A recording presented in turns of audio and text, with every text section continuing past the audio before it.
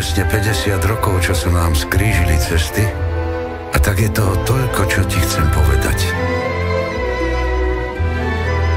Moju starú mamu a starého otca si nemôžeš pamätať, pretože boli spätí najmä s Tatrami. Všetko, čo sa naučili, odovzdali mojim rodičom, títo odovzdali mne a ja zase svojim deťom. Gastronómii tak zasvetili svoj život už 4 generácie Frankovcov.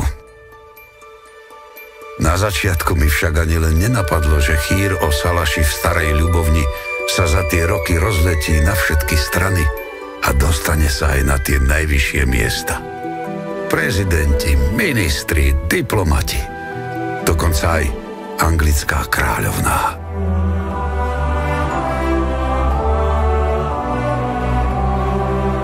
Zamagúrie, Pieniny, v diaľke majestátne vrcholky našich veľhôr.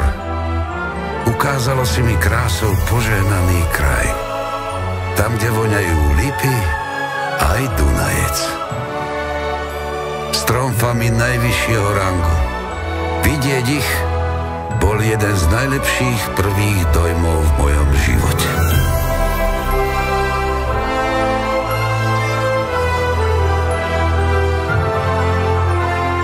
Z výšky si len malý fliačik a treba povedať, že stále nedocenený. S miestami, ktoré pripomínajú Hobitov alebo Nový Zéland. S pohľadmi, pri ktorých sa občas ani veriť nechce, že patria k Slovensku. Vznešené a pritom naše.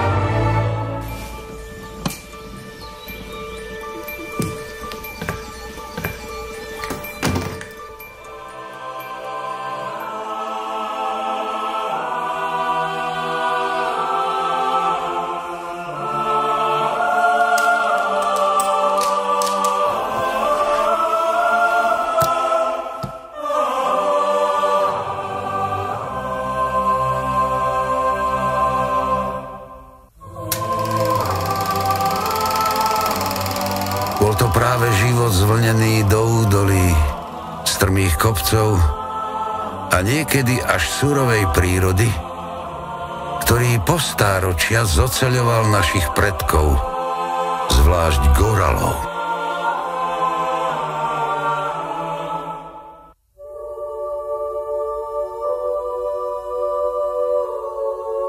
Zhrbení k svojim políčkam dorábali svoj chlieb každodenný.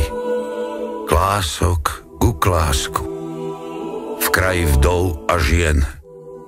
Veď muži často blúdili svetom za robotou. Chceli lepší život pre seba a svoje deti. V kraji chudobnom na dary zeme,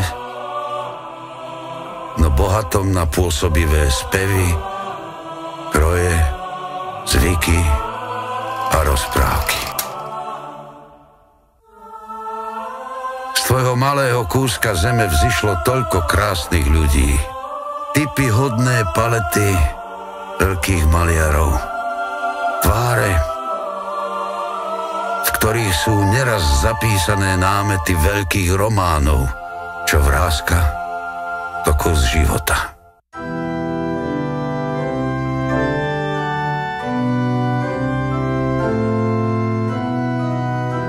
Pri drine a s mozolmi na rukách sa zväčša spoliehali iba na seba a Pána Boha. A boli to práve ruky, ktoré sa veľa modlili. Zopäté, s ružencom a svetou knižkou. Aspoň vtedy si oddychli. Tieto premodlené kúty boli pre celé generácie aj bodom stretnutia s ľudským svedomím. Sú to miesta bolesti, povzbudenia a navždy nesú pečať ľútosti a túžby tých, ktorí tu boli pred nami. Takým chrámom pre nich neraz bola aj príroda.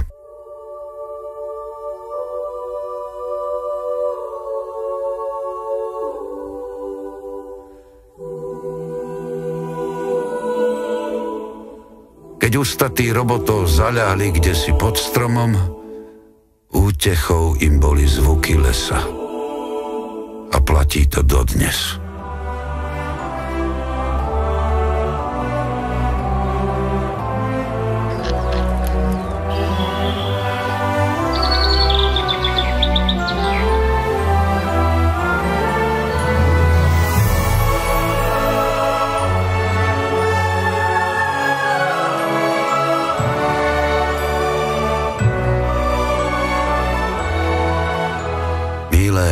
Zamagúrie.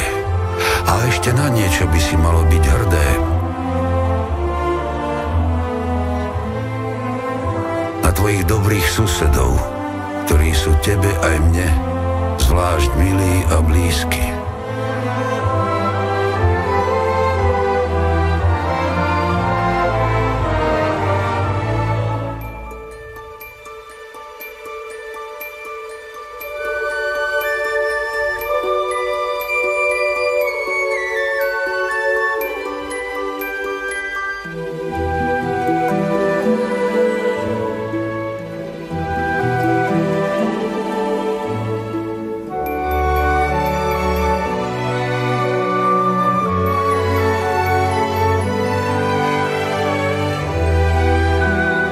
Prebývame vedľa seba, vidíme si do okien.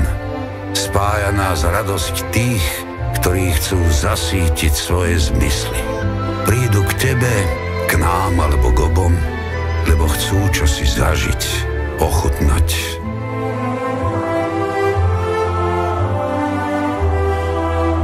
Áno, isto sa zhodneme, že sú na svete aj impozantnejšie kúty. Ale sú aj také, na prvý pohľad obyčajné, no napriek tomu sa nám akosi zavrtajú pod kožu. Preniknú do mysle aj duše. A zostanú tam na veky. Na mapách už dávno nie si bezvýznamným ani zabudnutým krajom. Máš v sebe niečo jedinečné, čo treba ukázať svetu. Tá krása je však taká krehká. Bol by som preto rád, keby sme si ťa chránili ako rodinné striebro.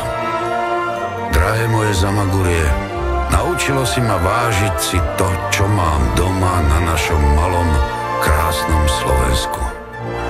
A za to budem tvojím večným dlžníkom.